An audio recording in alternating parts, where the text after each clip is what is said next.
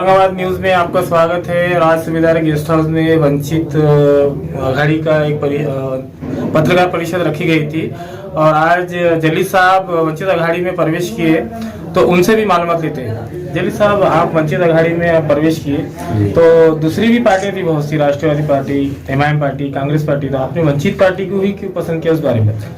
देखिए, वंचित पार्टी को सबसे पहले जो है मैं 3 चीज़ों से डॉक्टर प्रकाश अम्बेडकर साहब से मुतासिर हुआ।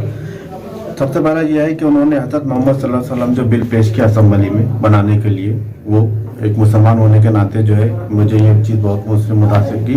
दूसरी चीज़ जो है, उन्होंने सीए एनआरसी के खिलाफ हिंदुस्तान भर में जो मुहिम चलाई थी और बेबाकाना तौर पे उन्होंने जो है उस पर कायम रहकर जो उन्होंने आवाज़ उठाई। दूसरी चीज़ हो, और मैं क्योंकि कन्वीनियर था शाहीन बाग औरंगाबाद का, इसलिए जो है मेरे लिए अहमियत की बात थी। और तीसरी बात जो है, औरंगाबाद का जो नाम संभाजी नगर करने जा रहे थे, उसको प्रकाश अम्बेडकर साहब ने बोला कि नहीं, इसका जो है नाम पूना का नाम रखिए, औरंगाबाद का नाम संभाजी नगर मत रखिए। तो ये तीनों चीज़ें जो है ये मेरे जज्बात से जुड़ी हैं। उससे पहले जो है जब किसान बाग के दौरान जो है फारूक अहमद साहब से मेरी मुलाकात थी, फारूक अहमद साहब ने बोली कि आप जो है वंचित को जानने की कोशिश कीजिए कि वंचित क्या है, इसका विजन क्या है, और मुसलमानों के लिए क्या क्या काम कर सकती है और क्या क्या पॉलिसी है। तो मैंने जब बोला था ठीक है साहब, मैं जो है इसमें शामिल होगा। लेकिन उसके बाद जो है मेरी 23 तारीख को प्रकाश अम्बेडकर साहब से एक तफसीली मुलाकात थी। तो मुझे जब जो है वंचित को करीब से जानने का, प्रकाश अम्बेडकर साहब का जो है मुस्लिम के लिए और दूसरे जो है ओबीसी हो गया, SC ST हो गया, माइक्रो ओबीसी होगा, और जो भी महरूम तबकात है, वंचित जो जमाते हैं, उनके लिए उनके पास जो ड्राफ्ट है, उन्होंने जो बताया डेवलपमेंट का काम, तो मैं उससे ज़्यादा मैं साहब से मुतासिर हुआ। उसके बाद मैंने फैसला किया कि भाई क्यों ना मैं वंचित में रहकर जो मेरे समाजी काम है इसके जरिए मैं करूं, क्योंकि ये भी एक पॉलिटिकल मुझे एक सपोर्ट मिलेगा। और रही बात एनसीपी की, कांग्रेस की, दूसरी पार्टियों की, तो ये जो काम है ये बहुत दिन से जो है समझो रिजर्वेशन का काम होगा, और दूसरे जो है मुस्लिम्स के लिए जो हम लगातार मांगे करते आ रहे हैं कुछ, तो ये लोग उस पर काम नहीं करते। जो लोग सत्ता में है, अगर मैं एनसीपी में, कांग्रेस में, उन्होंने जो बताया डेवलपमेंट का काम, तो मैं उससे ज़्यादा मैं साहब से मुतासिर हुआ। उसके बाद मैंने फैसला किया कि भाई क्यों ना मैं वंचित में रहकर जो मेरे समाजी काम है इसके जरिए मैं करूं, क्योंकि ये भी एक पॉलिटिकल मुझे एक सपोर्ट मिलेगा। और रही बात एनसीपी की, कांग्रेस की, दूसरी पार्टियों की, तो ये जो काम है ये बहुत दिन से जो है समझो रिजर्वेशन का काम होगा, और दूसरे जो है मुस्लिम्स के लिए जो हम लगातार मांगे करते आ रहे हैं कुछ, तो ये लोग उस पर काम नहीं करते। जो लोग सत्ता में है, अगर मैं एनसीपी में, कांग्रेस में या फिर सत्ताधारी पार्टी में चले जाऊंगा तो जाहिर बात है मैं उनके खिलाफ आवाज़ नहीं उठा सकता था, पार्टी में वो खामोश बैठा दे सकती है। मगर मैं जो है, मेरे को जो पद के उससे ज़्यादा अहमियत है मेरी कम्युनिटी का काम होना चाहिए। तो मैं जो है प्रकाश अम्बेडकर के साथ रह के जो है मेरा काम जो इंशाल्लाह मैं पूरा करूँगा। औरंगाबाद शहर में आज जनता काफी एमआईएम से जुड़ी हुई है, तो आप वंचित आघाड़ी में आए हुए, शामिल हुए, तो क्या आप अल्पसंख्यक समाज को वंचित आघाड़ी में शामिल करने की कोशिश करेंगे, उस बारे में बताइए। जी, मैं बिल्कुल कोशिश करूंगा कि भाई अल्पसंख्यक समाज को, खासतौर से मुस्लिम तबके को जो है ये वंचित में मैं शामिल करूँ, और वंचित का जो विजन है, वंचित का जो काम करना चाह रहे प्रकाश अम्बेडकर साहब, ये मैं उनको बताऊंगा। देखो, जब तक आप करीब नहीं आएंगे, आप तक जुड़ेंगे नहीं, तो आपको एक दूसरे को जानने की जो है, आप जान नहीं सकते एक दूसरे को। तो आप आइए, आने के बाद हमसे सवाल कीजिए, हमारा जो विजन है, हम जो काम करना चाहते हैं मुसलमानों के लिए, हमसे सवाल पूछिए, हम बताएंगे, और उसको हम प्रैक्टिकल करने वाले हैं। हम सिर्फ भाषण वो नहीं करने वाले हैं, और मुझे कोई भी पॉलिटिकल पार्टी से शिकायत नहीं है। हमें सिर्फ और काम करना है। हमारा जो ऑफिस रहेगा, हमारा जो कार्यालय रहेगा, वो दारुल अवाम रहेगा, यानी कि पब्लिक का वो दारुल अवाम रहेगा।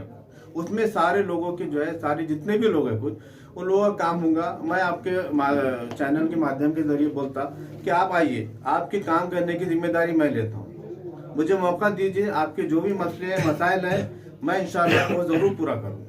आने वाले दिनों में कुछ महानगर पालिका के इलेक्शन भी है, तो क्या आप इलेक्शन लड़ने के इच्छुक हैं कारपोरेटर, इस बारे में बताइए। देखिए, इलेक्शन है वो तो हमारे ऊपर की जो लोग हैं वो डिसाइड करेंगे। मौका अगर पार्टी मुझे देती है तो इंशाल्लाह मैं कोशिश करूंगा, अगर पार्टी मौका नहीं देती है तो कोई मसला नहीं है। आपका पूरा नाम बोलिए, आपको वंचित आघाड़ी में क्या पोस्ट दी है, इस बारे में बताइए। देखिए, मेरा नाम अहमद जलीस है, और अभी वंचित में तो मेरी शमूलियत हुई है। इसके बाद पार्टी डिसाइड करेंगी कि मुझे क्या होता देना है।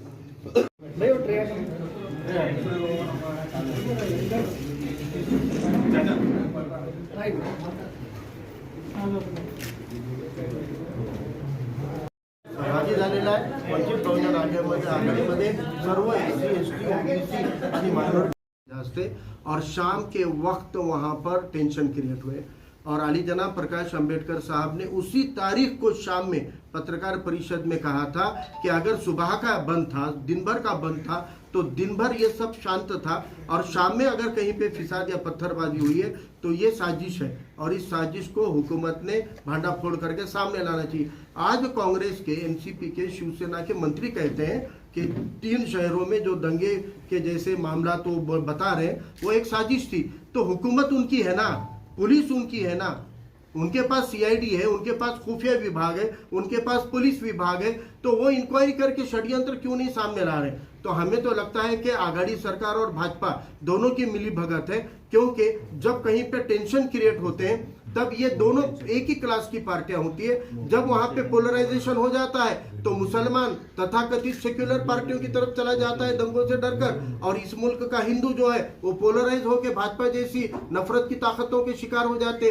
तो ये दोनों मिलकर इस महाराष्ट्र में, क्योंकि 105 नगर पंचायत के चुनाव है और बहुत जल्द जिला परिषद और महानगर पालिका के चुनाव आ रहे हैं और फिर देखते देखते विधानसभा के चुनाव, लोकसभा चुनाव आएंगे, इसलिए महाराष्ट्र को एक दंगों की लेबोरेटरी बनाने का काम सत्ताधारी वर्ग और विपक्ष दोनों की मिली जुली भगत से होता है। एक तरफ ऐसे वक्त में आरोप प्रत्यारोप में एक दूसरे के खिलाफ मोर्चे निकाल रहे हैं, दूसरी तरफ जब इनका यहाँ पे राज्यसभा के ऊपर कांग्रेस का सदस्य चुन के जाता है, भाजपा अपना उम्मीदवार उसके खिलाफ नहीं देती है, हाथ मिलाकर वहां पे भाजपा कांग्रेस को मदद कर रही है। जब विधान परिषद के ऊपर कांग्रेस के मेंबर को चुना जाता है तब भाजपा हाथ मिला के उनको उनके खिलाफ उम्मीदवार नहीं देती है। जब अपने चुनाने का मामला आता है वहां पे विपक्ष में उम्मीदवार नहीं दे रहा है। तो वैसे जब मिलजुल कर ये विधान परिषद और राज्यसभा के लोग भेज रहे हैं, मिलजुल कर दंगे करा रहे हैं और आम आवाम को परेशान कर रहे हैं, जाहिर बात है।